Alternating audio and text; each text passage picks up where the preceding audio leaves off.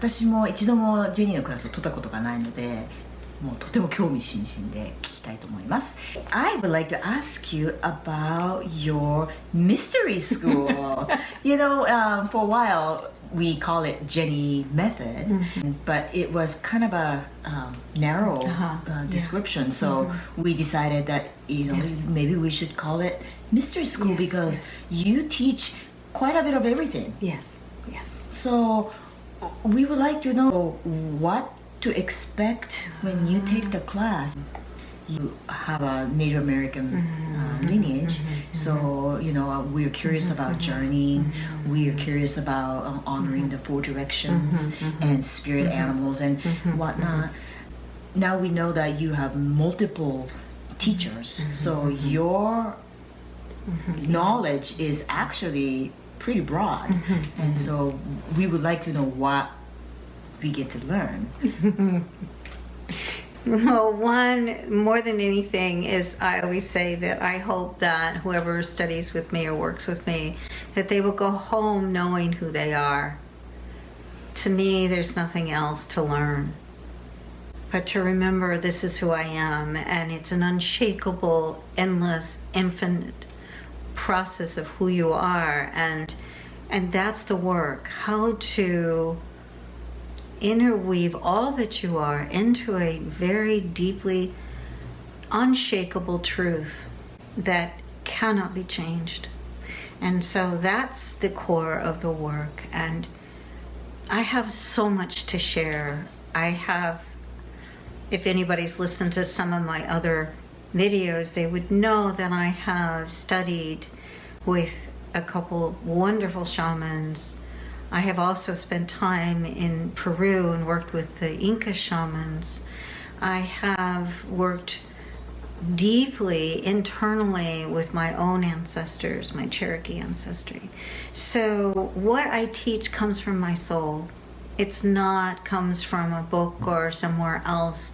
It comes from my soul, and it speaks to those who are with me in the moment.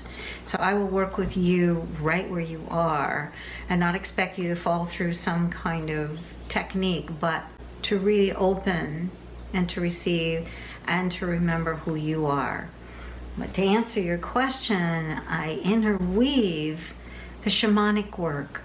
I was trained in the traditional shamanic practice, which is, on an energy level, is that shaman takes in the pain, literally takes the pain, kind of like the Shinto priests do.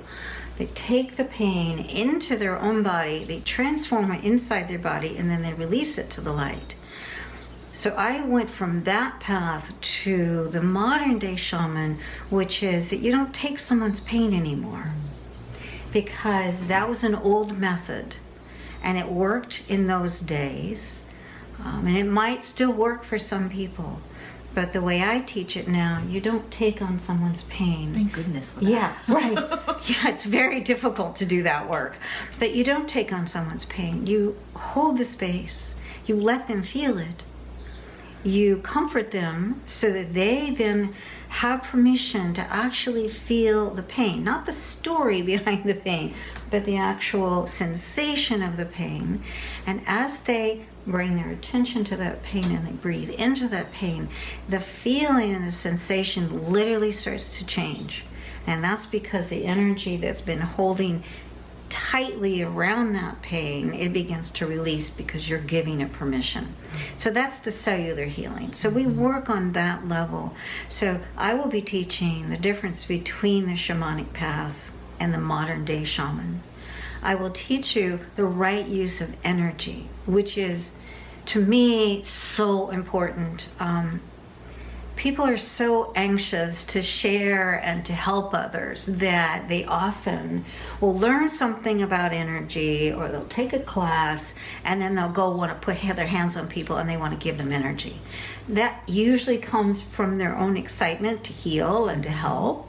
It comes from a good place usually, but what it does is it actually damages the person. It can be very, very hurtful. Because if I'm putting my toxic, if I'm in pain or I have sorrow or I have fear, and I put my hands on someone, that energy goes right into that person. And that person never thinks it's me. They think it's their fear. And so they think something's wrong with them. And so what happens is you get this mixture of, I can't fix you, and the person feels I can't heal.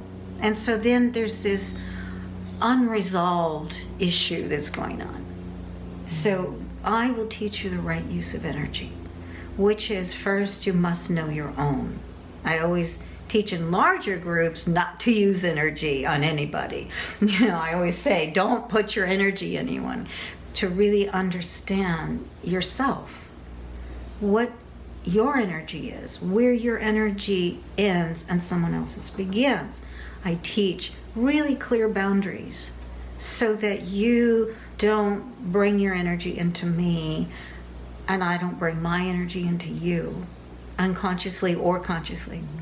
And so I will teach first how to do that, how to bring the energy into you, feel your own energy, and not lose your energy. And be respectful of your own energy and hold it sacred, because it is. And then for advanced students, I then begin to teach you how to actually do energy work. And that's a very specific and very important way to work with somebody.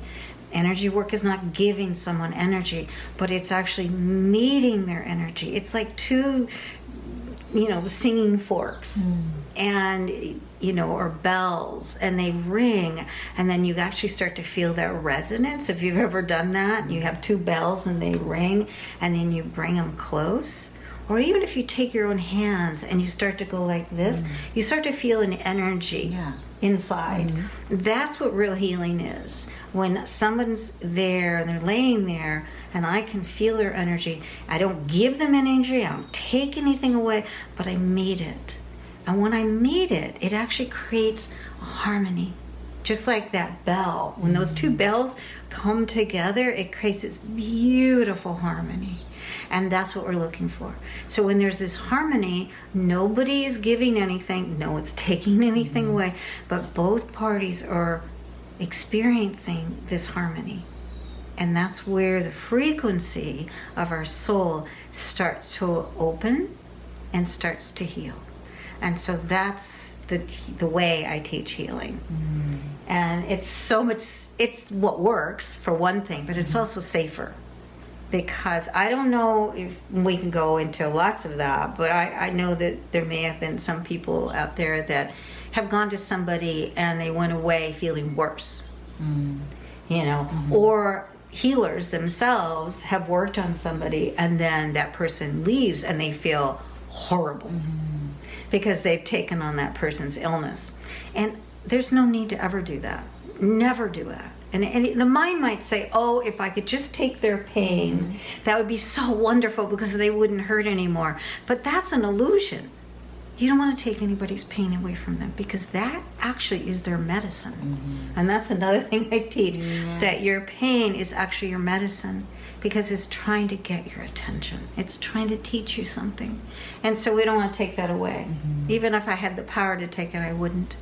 Because if you stay present with that, it will speak to you. You will start to learn something about yourself you didn't know. And then you will actually start to see how courageous you are and strong you are.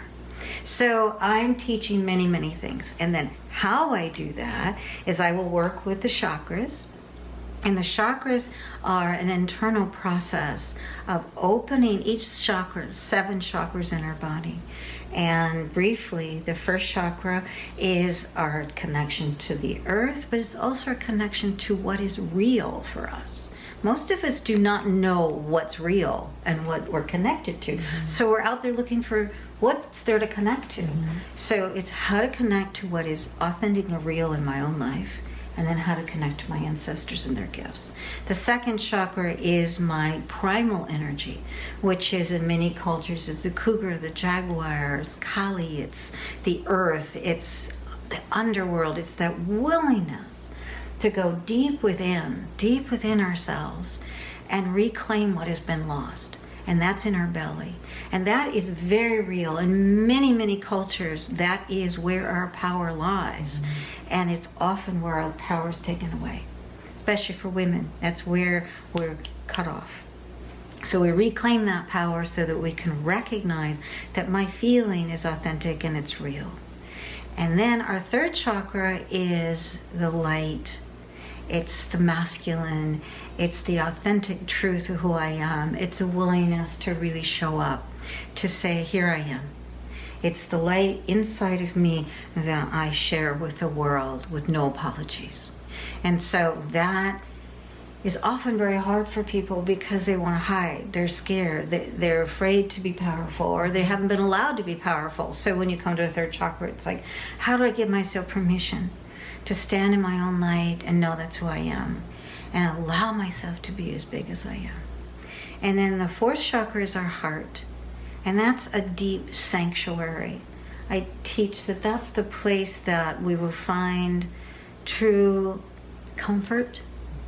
We'll find a place where we can rest and begin to remember who we are. It's a true sanctuary. And so we learn about our heart, and to me, the heart is self-love. Sometimes it's easy to love people out there, but really learning to love ourselves. And then the throat chakra is the fifth chakra, and to me, that represents all of our senses. It's taste and smell and hearing and seeing. It's being able to really, really pay attention to all of our senses. So you'll be able to smell if something's off. You'll be able to hear something that's not even being said. You'll be able to see something and trust what you see. You'll be able to speak your truth from your heart, from self-love.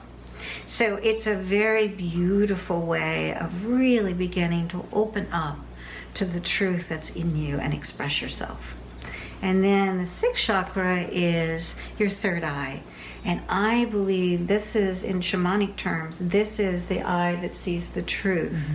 And so because it sees through the truth of our heart. And so when we open to our third eye, our sixth chakra, we begin to see ourselves for who we really are. Now, I know a lot of psychics want to open the third eye so they can see other people and they can read other people, and that's very exciting for them. But the true essence of that is, can you and are you willing to see how beautiful you are? Can you see your own magnificence? Can you take that vision and look inward and go, oh my God, that's who I am. That's the real work. And then the seventh chakra is my seventh, is the connection that I have with the universe. It's where I'm connected to everything. I have the knowledge. I have the information that I need to validate my life and heal myself. So when I'm open and I'm trusting, I really know that I am not alone, that I am guided by the highest truth, whatever you want to call God. I'm guided by that. And so that's what we'll learn. We will learn the process of that. And we will also learn the four directions, like you said. In the Indian terms, there's American Indian way of the four directions, which all of these tools and ceremonies are so useful in anything that you want to try to change in your life, or you are in transition in your life. When you take that to ceremony, it lifts it. It lifts whatever's heavy, and it begins to heal you. So many more things, but I won't go into it. But I hope you can come. We're having the workshop here in Marin County, and this is where I live, and it's beautiful here. And we will go out to the ocean, and we will take beautiful journeys, and we will be deeply intimate in our own healing process. So if you're interested, please don't hesitate to call me or contact contact Keiko. Thank you for listening. Thank you so much. Thank you. 皆様に1月お会いできるのを楽しみにしています。それではまた、さようなら。さよなら。